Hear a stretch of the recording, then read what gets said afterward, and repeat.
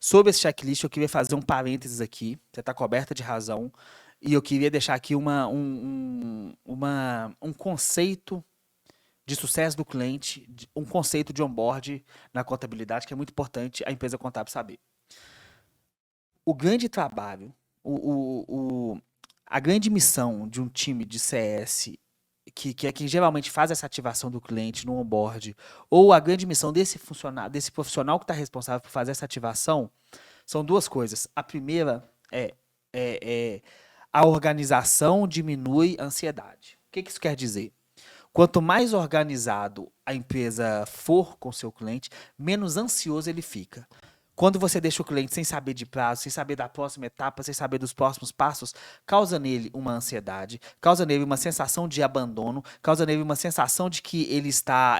será que as pessoas estão sabendo que a minha empresa está aí? Como é que está? Isso causa nele um estresse, é perigoso ele no primeiro mês sair da sua contabilidade ou te olhar de uma maneira ruim. Então, o onboard, no primeiro momento, ele tem que tirar essa ansiedade do cliente. Por isso que esse passo a passo completo é muito importante. O segundo ponto, você falou de checklist, mas é muito importante a gente entender o seguinte. A gente percebe, por exemplo,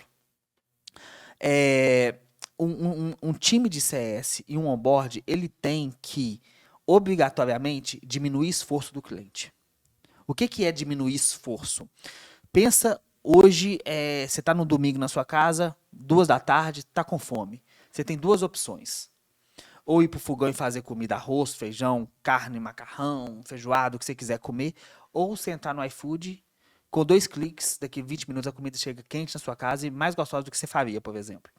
O que por exemplo, o iFood faz? Ele diminui esforço. Sim. Um Uber, ele diminui esforço. Ele quero pedir uma coisa que me... olha o exemplo do Uber. Quero ir daqui, da minha empresa para minha casa.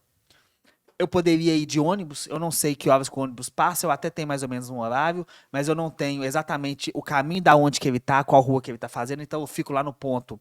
Quantas pessoas ficam no ponto de ônibus ali meia hora, 1 hora, esperam até o ônibus chegar?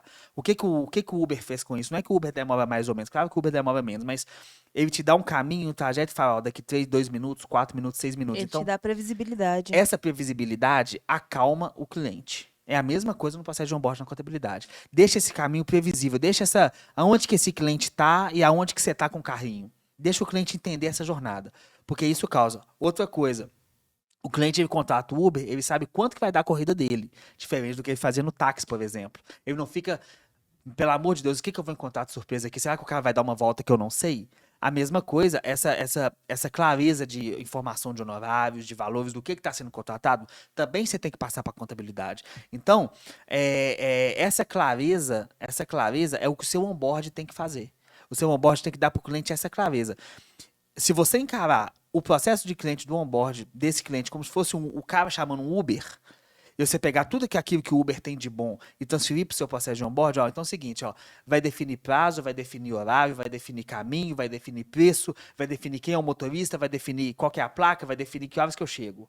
Pronto. Você tem um processo claro do começo ao fim. Geralmente, os processos de onboard, eles são representados por caminhos. Uhum. Tem alguns que são por escalar montanhas, enfim, independente do nível de complexidade, ele é sempre um caminho. Ele tem um ponto de partida, um ponto de chegada, e ele tem todo o trajeto, o que vai acontecer. Isso. E muitas contabilidades, elas acabam mostrando só o ponto de partida e o ponto de chegada.